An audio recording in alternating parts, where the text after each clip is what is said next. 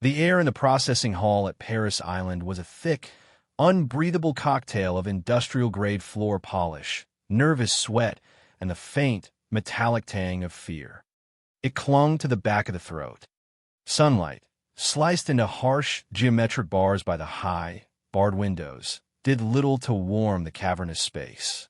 It only seemed to illuminate the dust motes dancing in the sterile air, each one a tiny world of anxiety. Neon lights hummed overhead with an insectal buzz, a constant, nagging sound that burrowed into the skull. They cast a pale, unforgiving glare on the rows of young men, their futures shaved down to the scalp, their identities packed away with their civilian clothes. They stood in silent, rigid lines, a sea of green T-shirts and trembling hands. Each man was an island of private terror, yet they were all bound by the same current of apprehension. In the midst of this youthful trepidation stood Silas.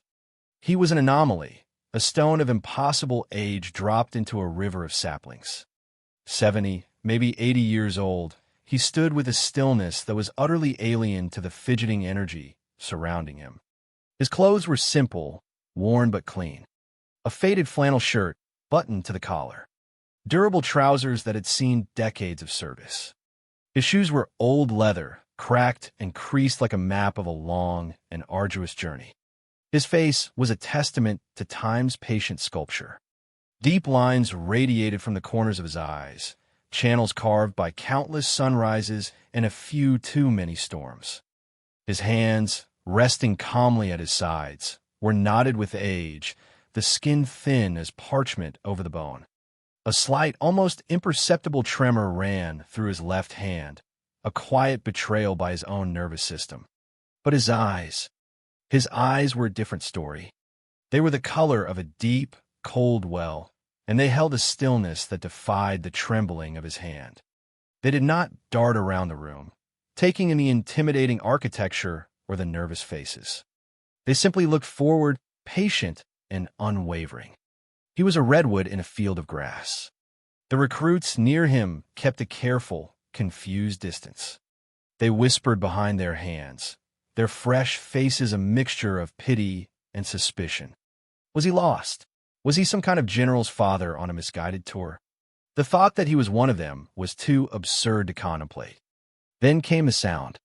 It started as a rhythmic clap, a concussive beat that echoed off the polished floors from the far end of the hall.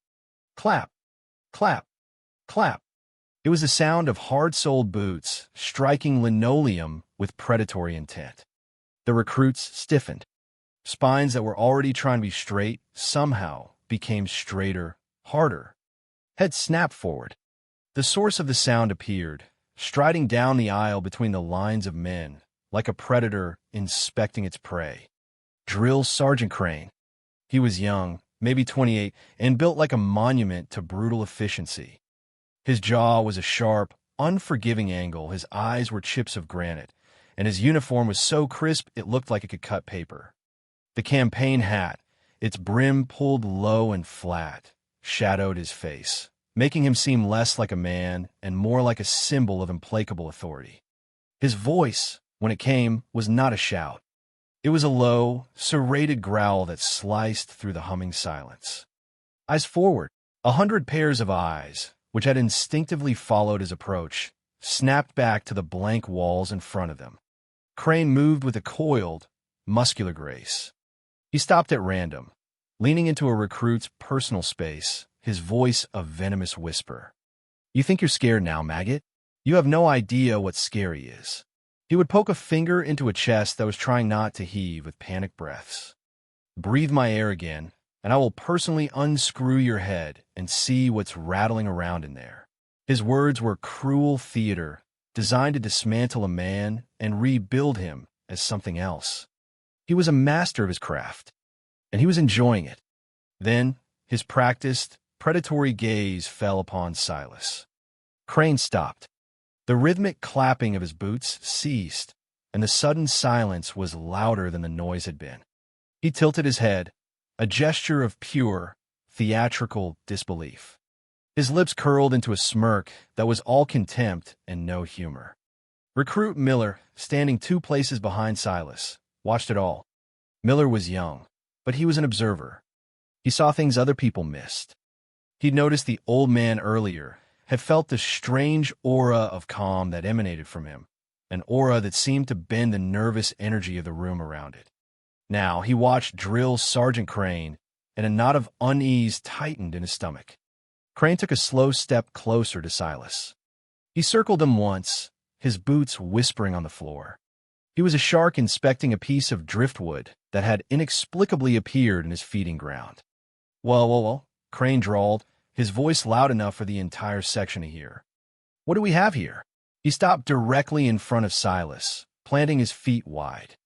Looks like somebody's grandpa got lost on his way to the early bird special. A few nervous snickers rippled through the line. They were quickly silenced by a single, sharp glare from Crane. The humor was his to command, not theirs.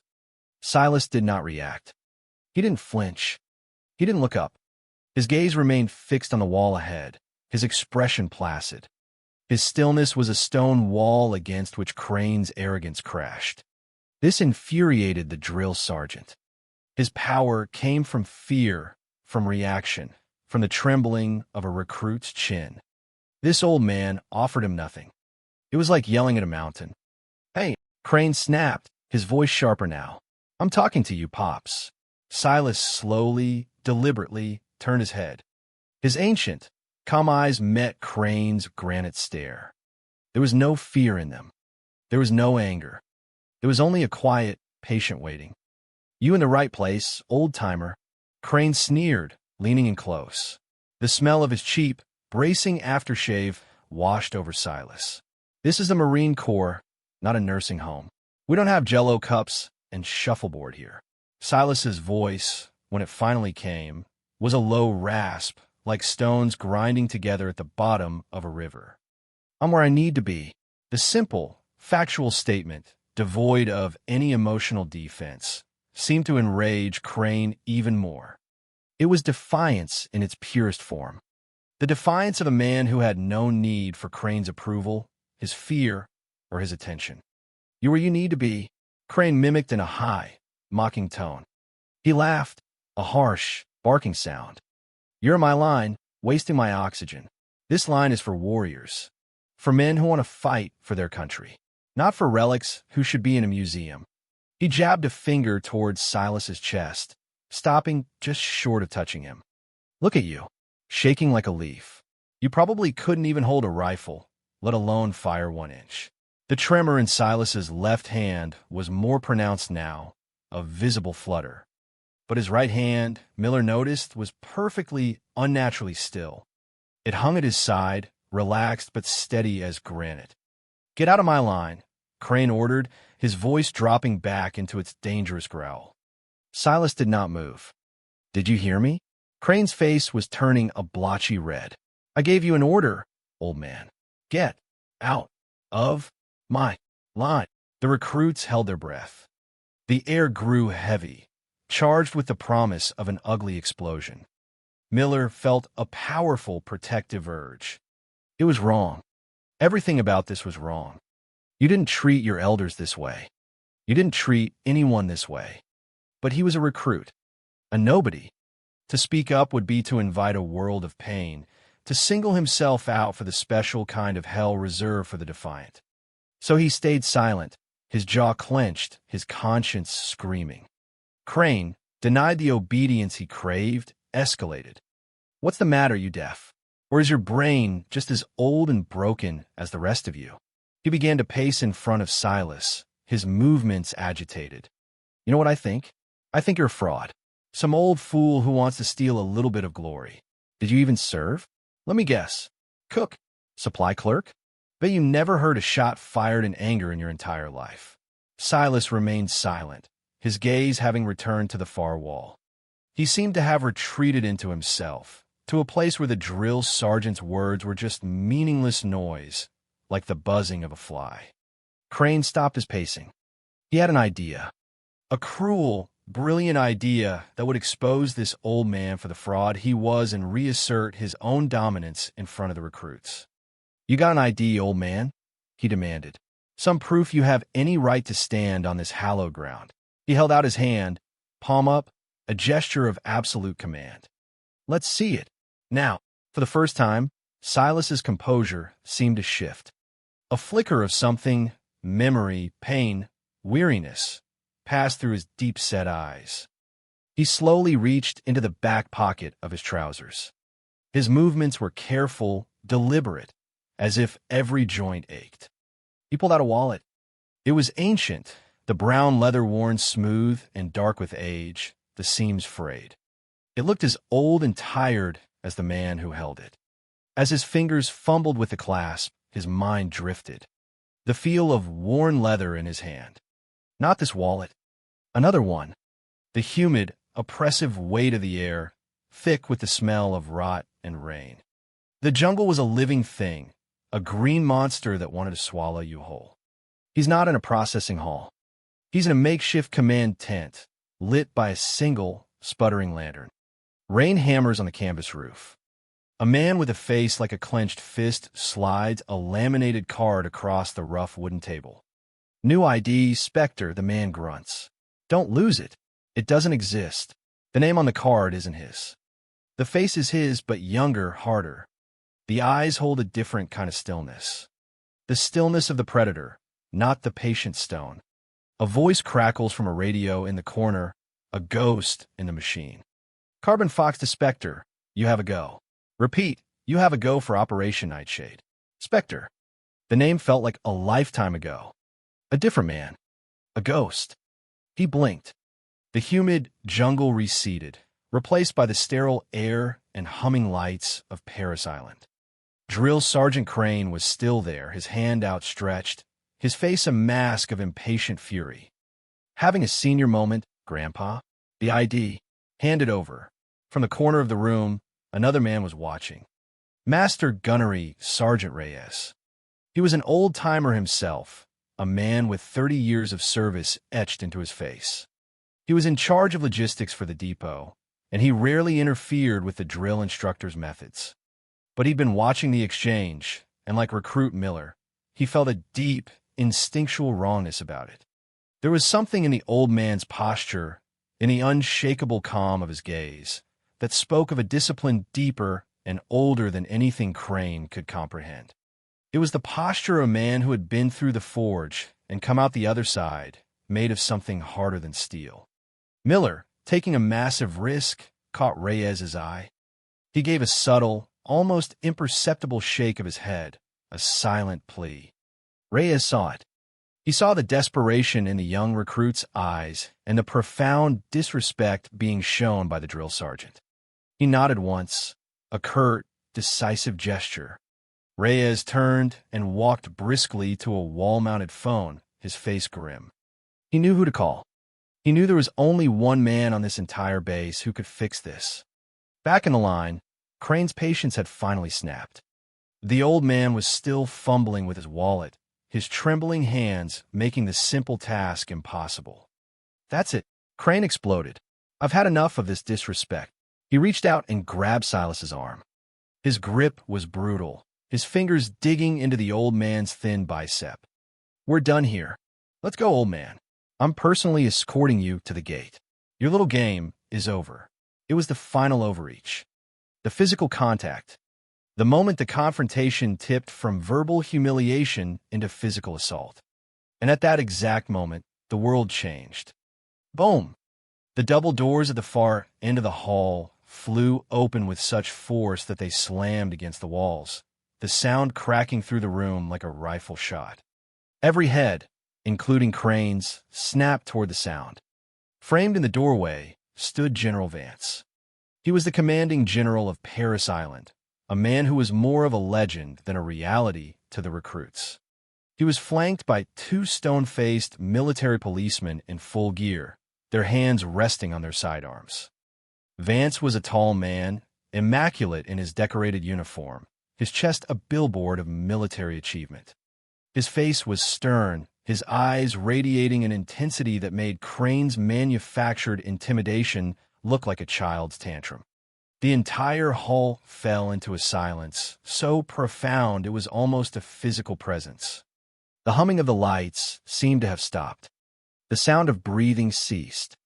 Drill Sergeant Crane froze, his hand still clamped on Silas's arm.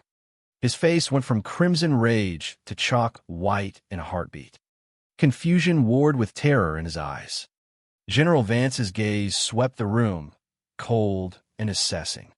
He ignored the hundreds of terrified recruits.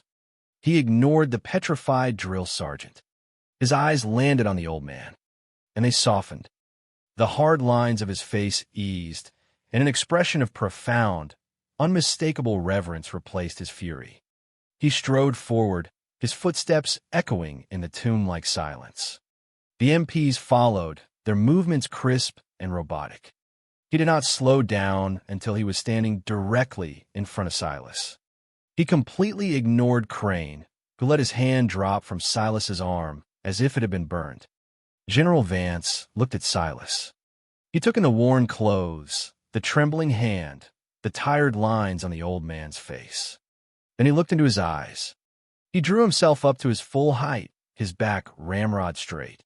He raised his right hand to the brim of his cover in a salute so sharp, so precise, so filled with thunderous respect that it seemed to vibrate the very air in the room. "Spectre," General Vance said, his voice thick with emotion, but loud and clear for all to hear. "It is an honor, sir." The word "sir" hit Drill Sergeant Crane like a physical blow. His mind simply could not process it. A general, saluting this old man, calling him sir. It was impossible. It was a tear in the fabric of his reality. Silas, the man they called Spectre, slowly raised his eyes to meet the general's. He gave a slow, tired nod. "At ease, General," he said, his voice still a gravelly whisper. Vance held the salute for a moment longer before crisply dropping his hand. He kept his eyes on Silas, but he spoke to the room, his voice now a booming, authoritative command that bounced off the high ceilings. "You see this man?" he roared, pointing a rigid finger at Silas. "You see this old man in his worn-out clothes? This man you maggots probably thought was a lost civilian." His gaze swept over the recruits, then landed on Crane with the force of a physical impact. "Drill Sergeant, you see this man you were just manhandling?" Crane could only stare, his mouth hanging open, his face a mask of utter disbelief. "Let me tell you who you see," Vance continued, his voice dropping to a low, intense tone that was somehow more terrifying than a shout. "You are looking at a living legend. You are in the presence of a man whose actions are literally the stuff of myths. They teach courses at Quantico and Annapolis about missions this man led. Most of them are still classified." He took a step closer to Crane, his eyes burning holes into the younger man. "This man is Command Sergeant Major Silas Kane, retired. But none of you would know that name, because for 10 years in the jungles of Southeast Asia, he didn't have a name." Vance turned back to address the entire hall. He was the commander of M. Sivyasuji unit so secret, it was designated only by a symbol. They called themselves the Phantoms. And he, Vance said, his voice filled with awe as he gestured back to Silas, was their leader. They called him Spectre. The name hung in the silent air. Spectre. This man, this old-timer you see before you, holds 3 Navy crosses for silver stars and 7 Purple Hearts. He held a Medal of Honor that was awarded in a secret ceremony inside the Oval Office because the mission he earned it on officially never happened. Recruit Miller felt a shiver run down his spine. He was looking at a ghost, a hero of impossible proportions. General Vance wasn't finished. His voice took on a storyteller's cadence, painting a vivid, horrifying picture for the stunned audience. In 1968, during the Tet Offensive, a forward operating base near the Cambodian border was completely overrun. 120 American soldiers were trapped, surrounded by a force of over 2,000 enemy regulars. The situation was hopeless. Air support couldn't get through. Reinforcements were 2 days away. It was going to be a massacre. He paused, letting the weight of the scenario sink in. The order was given to abandon the base, but the commander on the ground refused to leave his wounded. So command gave them up for dead. They wrote them off. But one man didn't. Spectre and his team of 6 Phantoms were on a different mission nearby. They heard the calls for help, and against direct orders from Saigon, they went in. Vance's eyes were locked on Silas, as if seeing the events unfold again. For 72 hours, 7 men held back an entire regiment. Spectre, they said, was everywhere at once. He coordinated defenses, tended to the wounded, and led countercharges himself. When they ran out of ammunition, they used the enemy's weapons. When the enemy breached the wire, they used their knives and their hands. On the third day, when the relief column finally broke through, they found a scene from hell. But in the middle of it all, 118 American soldiers were still alive. Wounded but alive. And they were alive because of this man. Because of Spectre. The hall was a cathedral of silence. The recruits stared at Silas. Their expressions transformed from confusion and pity to sheer, unadulterated awe. They were looking at a titan. Then General Vance turned his full, undivided attention to Drill Sergeant Crane. The warmth and reverence vanished from his face, replaced by a glacial fury that was terrifying to behold. His voice dropped to a whisper that was colder and sharper than a shard of ice. "And you," he hissed. "You put your hands on him." Crane visibly flinched, shrinking back as if Vance had struck him. "You, with your pressed uniform and your loud voice. You, who have never faced anything more dangerous than a nervous teenager. You dared to disrespect this man. You dared to lay your filthy hands on him." Vance stepped right into Crane's personal space, their noses inches apart. "You are a disgrace to that uniform. You are a disgrace to the Marine Corps. You are a disgrace to every man and woman who has ever served this nation. You preach respect, but you have no concept of what it means. You demand discipline, but you lack the most fundamental discipline of all, the discipline to see beyond the surface. You looked at this man, and all you saw was an old, weak civilian. You failed the most important test a leader will ever face. The test of perception." Crane was trembling now, his entire body shaking. His face had collapsed, the arrogant smirk replaced by a mask of pure, abject terror. "General, I didn't know," he stammered, his voice a pathetic squeak. "You didn't know?" Vance roared, the sound exploding in Crane's face. "That is the whole point. Your job is not to know. Your job is to respect. You are supposed to embody the core values of this institution. Honor, courage, commitment. You have shown none of them today. You have only shown arrogance, ignorance, and cowardice." Vance stepped back, his expression one of final, utter disgust. He pointed a finger at Crane. "Drill Sergeant Crane, you are hereby relieved of your duties and your authority as a drill instructor, effective immediately. Master Gunnery Sergeant Reyes will escort you to the Provost Marshal's office. You will be confined to the brig pending a full review. But I can tell you right now, your career in my Marine Corps is over. Pack your bags. You are finished." He turned to the MPs. "Get him out of my sight." The 2 MPs stepped forward, each taking one of Crane's arms. The disgraced drill sergeant didn't resist. He was a broken man, his pride and career annihilated in the space of 5 minutes. As they led him away, his head hung in shame, he looked less like a fearsome instructor and more like a lost child. The recruits watched him go, their faces a mixture of fear and grim satisfaction.